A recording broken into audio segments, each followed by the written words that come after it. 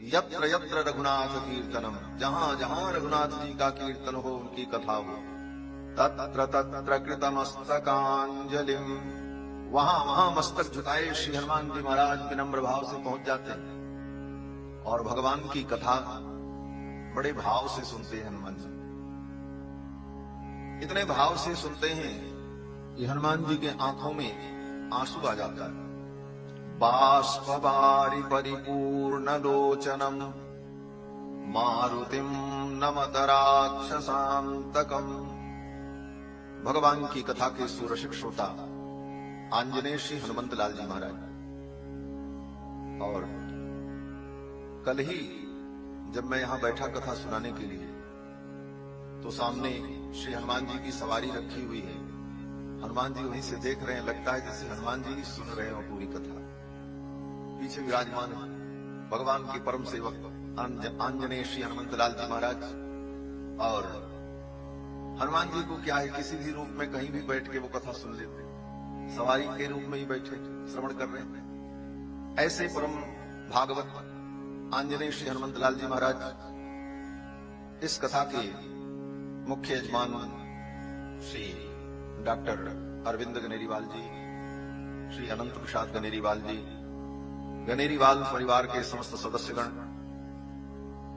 उनके बंधु बांधव एवं समस्त सुहृदजन, दूर दूर से आए हुए समस्त श्रद्धालु श्रोता बंधुओं, धर्मानुरागी सज्जनों, श्रद्धामयी माताओं, भगवान श्री सीतारामचंद्र जी की मंगलमयी करुणा के फलस्वरूप श्री सीताराम बाग में विराजमान होकर भगवान श्री सीतारामचंद्र जी की पावन सन्निधि में श्री सीतारामचंद्र जी की पावन कथा का हम सभी लोग श्रवण लाभ प्राप्त कर रहे हैं। ये भगवान की महती कृपा का फल है।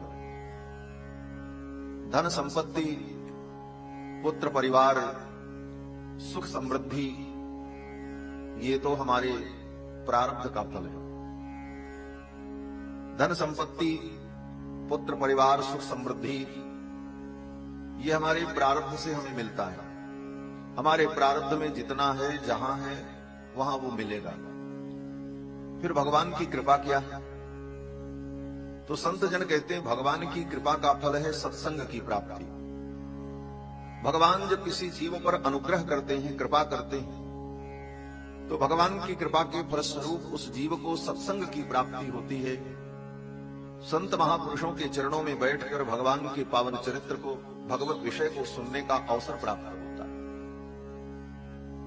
जब द्रवहि दीन दयालु राघव, साधु संगति पाइए, जिहि दरस बरस समागमादिक पाप राशि नसाइए।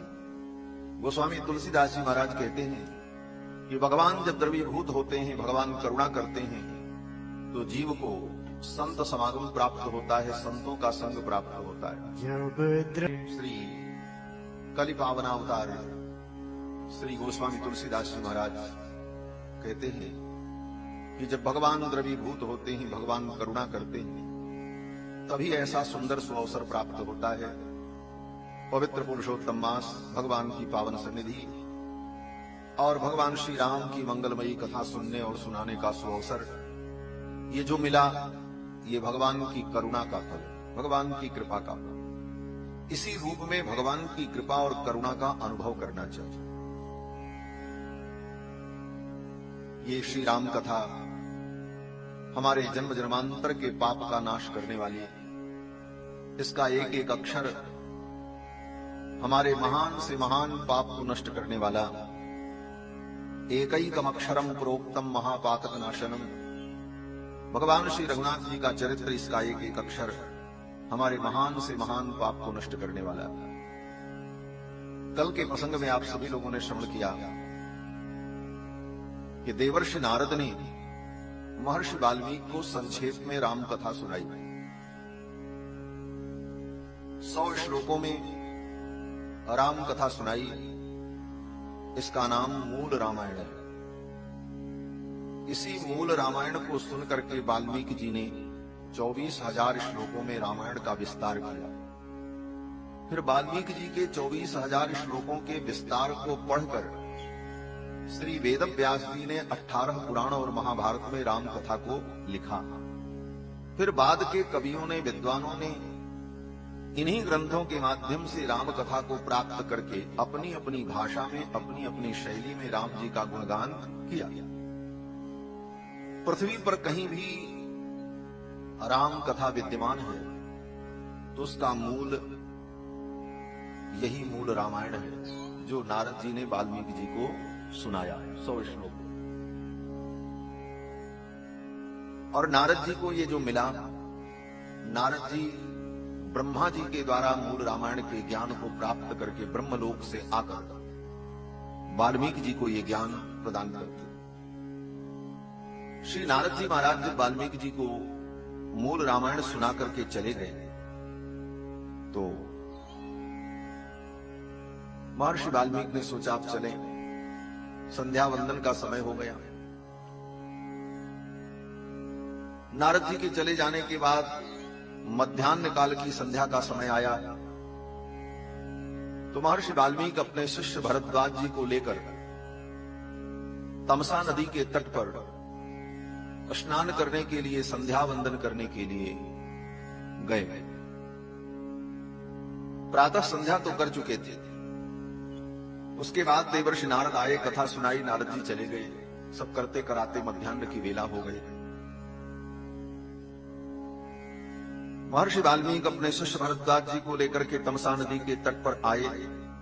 जगाम तमसा तीरम जान्वव्यास्त्वविदूरतः। तमसा नदी के तट पर स्नान करने के लिए महर्षि वाल्मीकि अपने शिष्य भरद्वाज जी के साथ आए। देखा सुंदर घाट, जहां पर जल निर्मल था, कीचड़ भी नहीं था, स्वच्छ घाट देखा तो वाल्मीकि जी का मन प्रसन्न हो गया। वाल्मीकि जी ने भरद्वाज जी से कहा, अकर्दममिदं तीर्थम भरद्वाज निशामय। हे भरद्वाज, ये देखो कितना निर्मल तीर्थ है, यही हम लोग स्नान करें। और रमणीयम प्रसन्नाम्बुम, यहां का जल कितना रमणीय है। सन्मनुष्य मनो यथा। वाल्मीकि जी कहते हैं जैसे सत्पुरुष का मन निर्मल होता है उसी प्रकार ये निर्मल जल है, यही मैं स्नान करूं। सत्पुरुष का यही लक्षण है, जिसका मन निर्मल हो। तन भले गंदा हो, कपड़े साफ न हो, साज श्रृंगार न हो, लेकिन मन निर्मल है तो वो सत्पुरुष है। और मन निर्मल नहीं तो कितना भी साज सज्जा हो वो सत्पुरुष नहीं है। सत्पुरुष का यही लक्षण है जिसका मन निर्मल हो। सन्मनुष्य मनो यथा। और मन निर्मल होगा कैसे? बोले मन तभी निर्मल होता है जब हम भगवान की कथा सुनते। जिसने भगवान की कथा नहीं सुनी, भगवान की कथा में रुचि नहीं हुई, उसका मन निर्मल नहीं हो सकता। श्री वेदव्यास जी तो बड़े ही विश्वास के साथ कहते हैं कि एतस्मात् अपरम किंचिन मनःशुद्ध्यै न विद्यते। भगवान की कथा के अतिरिक्त मन को शुद्ध करने वाला दूसरा कोई साधन नहीं। न कोई ऐसा जल है, न कोई ऐसी औषधि है, न कोई ऐसा मंत्र है जिस मंत्र से, औषधि से आप अपने मन को पवित्र कर लो। मन को पवित्र करने का तो एक ही साधन है, भगवान की कथा श्रवण, भगवान की लीलाओं का वर्णन। और जिसका मन निर्मल हो गया वही सत्पुरुष है, वही सज्जन है। रमणीयम प्रसन्नाम्बुम सन्मनुष्य मनो यथा। वाल्मीकि जी ने कहा यही इस घाट पर हम लोग स्नान करेंगे। अपने बलगल वस्त्र को, कमंडलू को रखा और स्नान करने का उपक्रम करने लगे। घाट का जो परिसर था बड़ा सुंदर था। तो वाल्मीकि जी ने कहा चलो थोड़ा टहल लेते हैं। वाल्मीकि जी अपने शिष्य भरद्वाज जी के साथ तमसा नदी के तट पर टहल रहे थे। तब तक वहां पर एक विचित्र घटना घटित हुई। क्रौंच पक्षी का एक जोड़ा वहां पर विहरण कर रहा था नदी के तट पर। क्रौंच एक पक्षी होता है जिसकी बड़ी बड़ी चोंच होती है और वो नर मादा पति पत्नी एक साथ ही विचरण करते हैं। क्रौंच पक्षी का जोड़ा वहां पर विचरण कर रहा था प्रसन्नता पूर्वक। तब तक कोई बधिक आया, कोई शिकारी आया, मांसाहारी कोई शिकारी, निषाद। और उस शिकारी ने उस नर मादा क्रौंच में जो नर था उसको अपने बाण से मार दिया। बाण लगते ही वो नर क्रौंच वहीं पर गिर पड़ा, खून से लथपथ हो गया। उस क्रौंच की मृत्यु हो गई और उसकी मादा क्रौंची करुण क्रंदन करने लगी, जोर जोर से रोने लगी, चिल्लाने लगी, इधर उधर भयभीत होकर भागने लगी। अपने पति के मोह को त्याग भी नहीं पा रही थी, बार बार उसके शव के पास जाती और फिर भयभीत होकर के भागती कि कहीं कोई मुझे न मार दे। इस करुण दृश्य को देखकर महर्षि वाल्मीकि के हृदय में करुणा प्रकट हो गई। इतना मन प्रसन्न था नदी के तट पर जाकर, लेकिन इस घटना से उनका मन खिन्न हो गए। मन खिन्न हुआ तो महर्षि वाल्मीकि को बड़ा वेदना से भर गया। तब तक उस शिकारी पर दृष्टि गई वाल्मीकि जी की, जिसने रहा था, प्रसन्न हो रहा था कि मेरा बाण तो सटीक लगा, मुझे शिकार की प्राप्ति हो गई। वो तो प्रसन्न हो रहा था, लेकिन वाल्मीकि जी ने जब उस निषाद को देखा तो वाल्मीकि जी की जो करुणा थी वो करुणा क्रोध में बदल गई और महर्षि वाल्मीकि को उसके ऊपर क्रोध आया कि इस प्राणी ने इस निरीह पक्षी को मार दिया, ने उस निषाद को शाप दे दिया। महर्षि वाल्मीकि ने कहा, अरे निषाद, अरे बधिक, तूने इस पक्षी को मारा है, जा मैं तुझे शाप देता हूं, तू बहुत दिन तक जीवित नहीं रहेगा, तू भी मरेगा और तुझे कभी प्रतिष्ठा प्राप्त नहीं होगी, तूने ये अपराध किया है। ये कह करके महर्षि वाल्मीकि ने शाप दिया कि मां निषाद प्रतिष्ठां त्वं अगमः शाश्वती समाः यक्रौंच मिथुनादेकम् अवधि काममोहितम्। यही शाप वाल्मीकि जी ने दिया। मां निषाद प्रतिष्ठां त्वं अगमः, हे निषाद, तुमको प्रतिष्ठा प्राप्त नहीं होगी, क्योंकि इस क्रौंच को तुमने मारा है। यत् क्रौंच मिथुनादेकम अवधि काम मोहितम। शाप दिया और शाप देने के बाद बड़े दुखी मन से वाल्मीकि जी ने स्नान किया और फिर अपने शिष्य भरद्वाज जी के साथ अपनी कुटिया के लिए चल पड़े। जब वाल्मीकि जी चले तो उनके शिष्य भरद्वाज महर्षि ने इस श्लोक को याद कर लिया। वाल्मीकि जी के मुख से जो शाप निकला उस निषाद के लिए, वो शाप गद्य में नहीं था, पद्य में था। किसी बात को कहने की दो विधि होती है, या तो कोई शब्द हम गद्य में कहते हैं अथवा पद्य में कहते हैं। कोई भी बात हम कहेंगे तो या तो गीत में होगा या गद्य में होगा। तो सामान्यतया क्रोध में, आवेश में व्यक्ति गद्य में ही बोलता है, गद्य में ही कोई बात कहता है, पद्य नहीं कहता। आपको क्रोध आवे और आप किसी को डांटो तो गाना गाकर के, गीत गाकर के थोड़ी डांट पाओगे। उस समय गीत गाने की कोई भावना ही नहीं होगी। हाँ, खुशी में, प्रसन्नता में किसी को आशीर्वाद देना है, किसी से कोई मधुर बात कहनी है तो उसको आप गा करके भी कह सकते हैं। लेकिन क्रोध में पद्य और गीत नहीं प्रकट होता, प्रेम में गीत और पद्य प्रकट होता है। और इसका उदाहरण श्रीमद् भागवत महापुराण। गोपियों के हृदय में भगवान के प्रति जब प्रेम प्रकट हुआ, भगवान की मधुर वंशी को सुनकर, तो गोपियों ने एक गीत गाया। अपने मन के भाव को जो गोपियों ने व्यक्त किया वो गीत में व्यक्त किया, उसका नाम वेणु गीत। भगवान की जब वंशी बजी, गोचारण करने के लिए भगवान जा रहे थे वृंदावन में, तो भगवान के सुंदर स्वरूप को देखा गोपियों ने। बरहा पीडम नटवर वपु कर्णयो कर्णिकारम बिभ्रद्वासः कनककपिशम् वैजयन्तीम् च मालाम् रन्ध्रान् वेणोरधरसुधया पूरयन् गोपवृन्दैः वृन्दारण्यम् स्वपदरमणम् प्राविशद्गीतकीर्तिः। भगवान के ऐसे दिव्य कमनीय स्वरूप को देखकर गोपांगनाओं के हृदय में भगवान के प्रति प्रेम प्रकट हुआ। इति वेणुरवम् राजन् सर्वभूत मनोहरम्। सुखदेव जी कहते हैं, राजन, भगवान के वेणुरव को सुनकर सर्वभूत मनोहरम, गोपियों का मन आह्लादित हो गया और गोपियों के हृदय में प्रेम प्रकट हुआ। तो गोपियों ने गीत गाया और गीत के माध्यम से अपने मनोभाव को व्यक्त किया, उनके हृदय में भगवान के प्रति जो अनुराग था। तो प्रेम में तो गीत होता है। इसके बाद भी आगे रासलीला में जब भगवान अंतर्धान हो गए तो गोपियां भगवान के प्रेम में फिर गीत गाती, उसका नाम गोपी गीत। भगवान जब गोचारण के लिए चले जाते तो भगवान के प्रेम में निमग्न गोपियां मिल करके गीत गाती, उसका नाम जुगल गीत। आगे जब उद्धव जी संदेश लेकर के आए तो प्रेम में गोपियों ने एक गीत गाया जिसका नाम भ्रमर गीत। बहुत गीत है भागवत।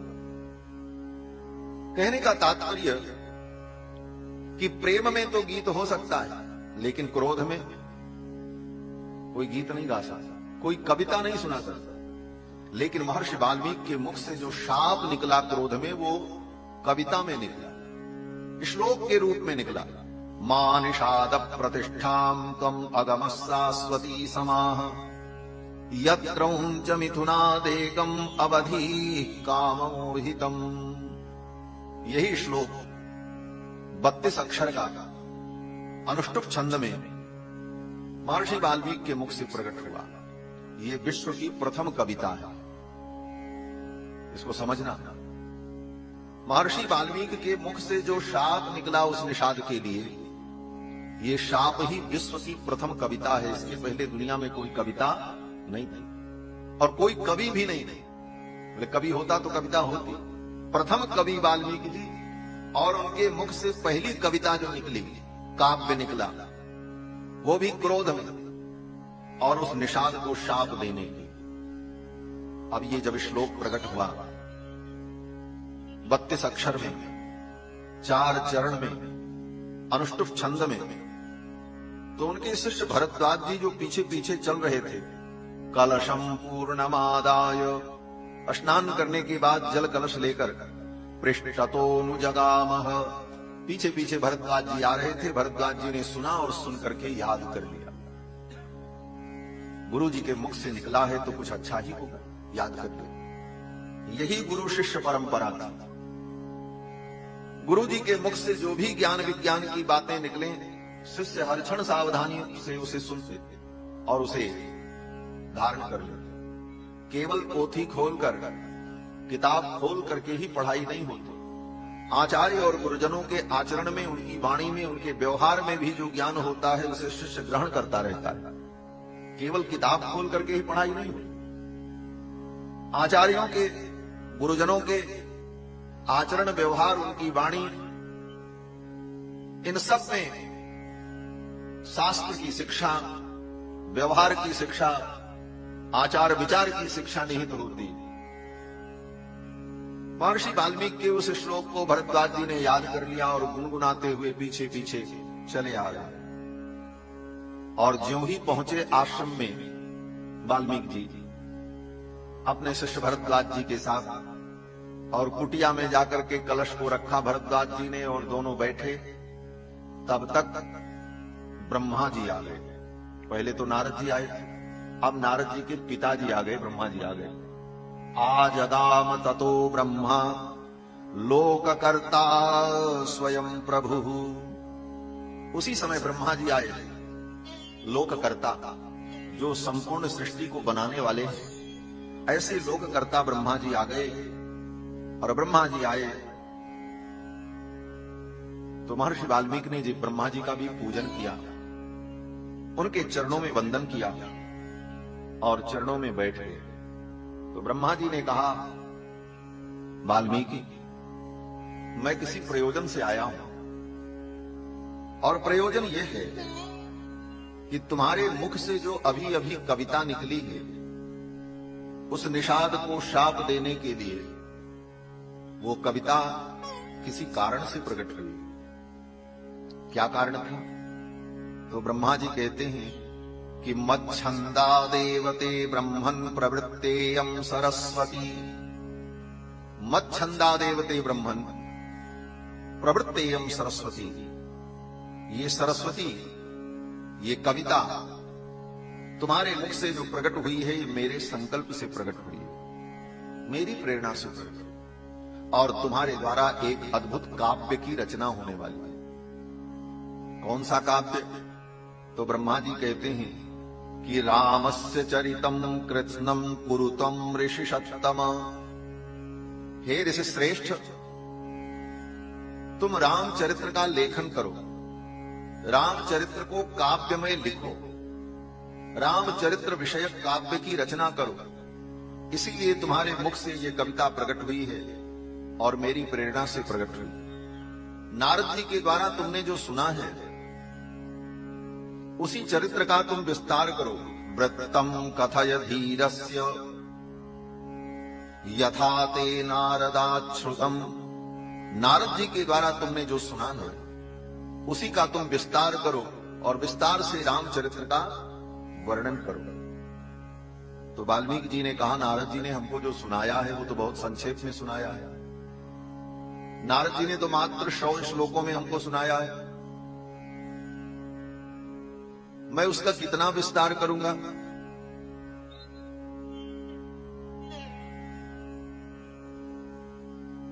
श्री सीतारामचंद्र भगवान की जय।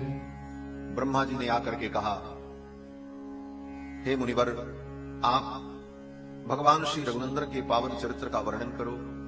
नारद जी से आपने जो सुना है उसी का विस्तार करो। वाल्मीकि जी ने कहा, मैंने नारद जी से जो सुना है वो बहुत संक्षेप में सुना है, संपूर्ण रामचरित्र का मैं कैसे वर्णन कर पाऊंगा?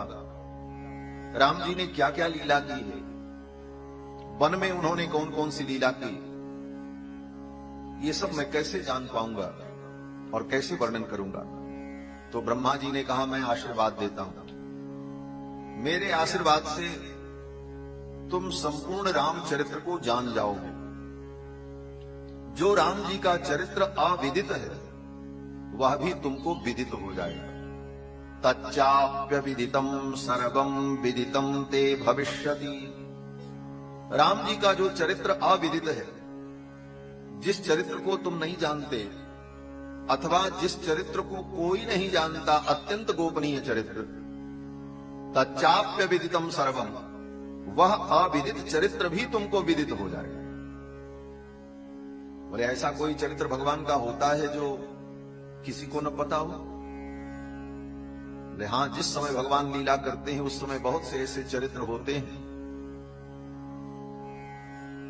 जो उस समय के साथ में रहने वाले लोगों को भी पता नहीं हो, लेकिन बाद में भगवान की कृपा से उन भक्तों को वो पता चल जाता है। एक उदाहरण केवल आपको हम दें समझने के लिए कि रामायण में गोस्वामी तुलसीदास जी महाराज लिखते हैं श्रीमद् रामचरितमानस में कि जब सीता हरण का समय आया, रावण सीता जी का हरण करने की योजना बना रहा था, तो राम जी ने एकांत में श्री जानकी जी से कहा, देवी आप तो सूक्ष्म रूप से अग्नि में प्रवेश कर जाओ, क्योंकि रावण आने वाला है। रावण आपको ले जाना चाहता है, आप अग्नि में प्रवेश कर जाओ और अपनी छाया को, दूसरे शब्दों में कहा जाए तो छाया प्रति माने डुप्लीकेट, छाया माने यही होता है ना, छाया प्रति, फोटोकॉपी। श्री जी से भगवान ने कहा, आप तो असली रूप में अग्नि में प्रवेश कर जाओ और अपनी छाया, अपना छाया चित्र, छाया रूप आप यहां रखो। रावण आएगा और उसी रूप को लेकर के जाएगा और वही कारण बनेगा रावण के संहार का। और ये रहस्य हमको और आपको, दो लोगों को पता रहेगा, बस तीसरा कोई जानेगा नहीं। और इतना जब भगवान ने कहा कि तुम पावक मह करहु निवासा भगवान ने कहा देवी आप तो अग्नि में निवास कर जाओ, तुम पावक मह करहूं निवासा और जब लगी करहूं निशाचर नासा। जब तक मैं असुरों का संहार करूं तब तक आप अग्नि में रहना, और बाद में जब रावण मर जाएगा तो अग्नि परीक्षा का मैं नाटक करूंगा कि सीता लंका से आई, इनकी अग्नि परीक्षा ली जाए। तो अग्नि परीक्षा तो दुनिया के लिए अग्नि परीक्षा होगी, लेकिन वो ये होगा कि वो छाया सीता जो रहेंगी वो अग्नि में प्रवेश करेंगी और फिर असली सीता अग्नि से निकल करके चली आएंगी। ये हम आप दो लोग जानेंगे, तीसरा कोई नहीं जानेगा। ये योजना राम जी ने बनाई। तुम पावक मह करहु निवासा और जब लगी करहु निशाचर नासा। और सीता जी ने अग्नि में प्रवेश किया। प्रवेक्षामि हुतासनम, अग्नि में प्रवेश कर गई जानकी जी। और ये लीला, ये रहस्य साथ में रहने वाले लक्ष्मण जी भी नहीं जान पाए। हाँ, लक्ष्मण जी को भी ये पता नहीं था। गोस्वामी तुलसीदास जी लिखते हैं कि लक्ष्मण हूं यह मरम न जाना, जो कछु चरित रचा भगवान। भगवान ने जो चरित्र रचा ये लक्ष्मण जी भी नहीं जान पाए। तो ऐसे ऐसे चरित्र जो साथ में रहने वालों को भी पता नहीं। अब प्रश्न ये है कि जब लक्ष्मण जी भी नहीं जान पाए तो गोस्वामी तुलसीदास जी कैसे जान गए? साथ रहने वाला नहीं जान पाया और इनको पता चल गया। बोले यही भगवान की कृपा है। भगवान की जब कृपा होती है तो भगवान की रहस्यमय चरित्र भक्तों के हृदय में प्रकट हो जाता है। इसीलिए ब्रह्मा जी ने कहा चिंता मत करो, भगवान का जो चरित्र तुम्हें विदित नहीं है वह भी चरित्र तुम्हारे हृदय में प्रकट हो जाएगा। तच्चाप्य विदितम सर्वम विदितम ते भविष्यति। और काव्य में, रामायण में जो तुम लिखोगे तुम्हारी बात कहीं झूठी नहीं होगी। न ते वागनृता काव्ये काचिदत्र भविष्यति। तुम्हारी वाणी कहीं पर अनृत नहीं होगी, झूठी नहीं होगी। तो वाल्मीकि जी ने फिर एक समस्या बताई। वाल्मीकि जी ने कहा कि भगवान ने जो लीला वन में की है उस लीला को तो मैं जान जाऊंगा आपकी कृपा से और मैं उसे लिखूंगा, लेकिन राम जी अभी अयोध्या के सिंहासन पर विराजमान हैं और अभी आगे भगवान लीला करेंगे। जब तक इनकी लीला पूर्ण नहीं होती तब तक कुछ न कुछ तो लीला भगवान करते ही रहेंगे। तो आगे जो राम जी लीला करेंगे उसका वर्णन मैं कैसे कर पाऊंगा? वो तो अभी भई ही नहीं है। और जब संपूर्ण रामायण का वर्णन करेंगे तो राम जी की प्रारंभ से लेकर परलोक गमन तक, निज धाम जाने तक की लीला का वर्णन हो तब पूरी रामायण हो। तो अभी जो राम जी चरित्र कर चुके हैं वो तो हमको पता चल जाएगा आपकी कृपा से, लेकिन आगे जो राम जी चरित्र करेंगे उसका मैं कैसे वर्णन करूंगा? तो ब्रह्मा जी ने कहा वो भी आपको पता चल जाएगा। आगे राम जी जो करने वाले हैं वो भी आपको पता चल जाएगा। तो वाल्मीकि जी ने कहा कि जो आगे राम जी चरित्र करेंगे वो हमको पता चल जाएगा, वो हम लिख देंगे। लेकिन कहीं राम जी का प्रोग्राम बदल गया था। भाई कोई व्यक्ति पहले से प्रोग्राम बनाता हमको ये करना है, लेकिन किसी कारण से उसमें परिवर्तन भी वो कर सकता है। और राम जी तो परम स्वतंत्र हैं, भगवान हैं, वो तो किसी के अधीन है नहीं। परम स्वतंत्र न सिर पर कोई। तो अगर उन्होंने अपने प्रोग्राम को, अपने कार्यक्रम को बदल दिया कि चलो अब ये लीला नहीं करेंगे, पहले तो था योजना में लेकिन अब ये लीला नहीं करेंगे, तब तो मैं जो लिखूंगा वो बात झूठी हो जाएगी।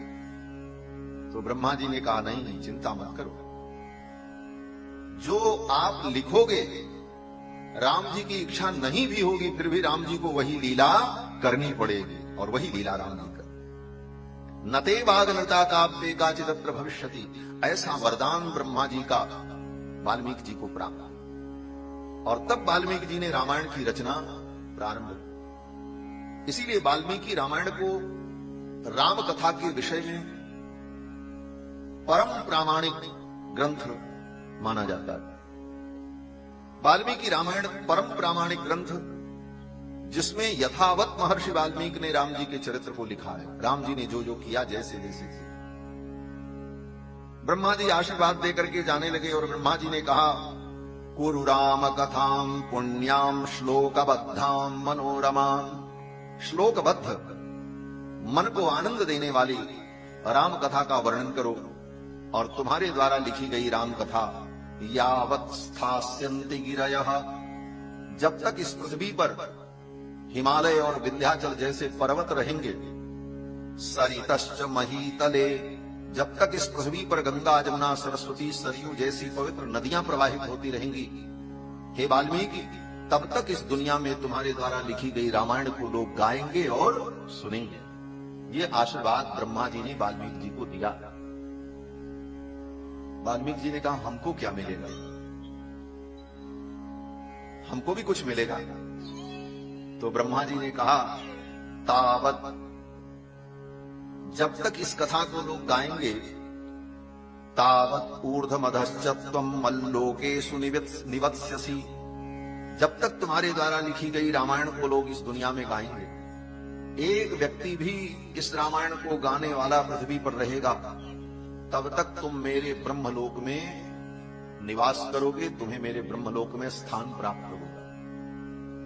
ये सब कह करके श्री ब्रह्मा जी महाराज अंतर्धान हो गए। ब्रह्मा जी जब चले गए, तब महर्षि वाल्मीकि ने भगवान का स्मरण किया, आचमन किया और रामायण लिखना प्रारंभ करते हैं। उपस्पृश्योदकम सम्यक मुनिस्थित्वा कृतांजलि, उपस्पृश्योदकम, आचमन किया और पवित्र आसन पर पूर्वाभिमुख विराजमान हुए और भगवान का स्मरण किया। विराजमान श्री सीतारामचंद्र भगवान की जय।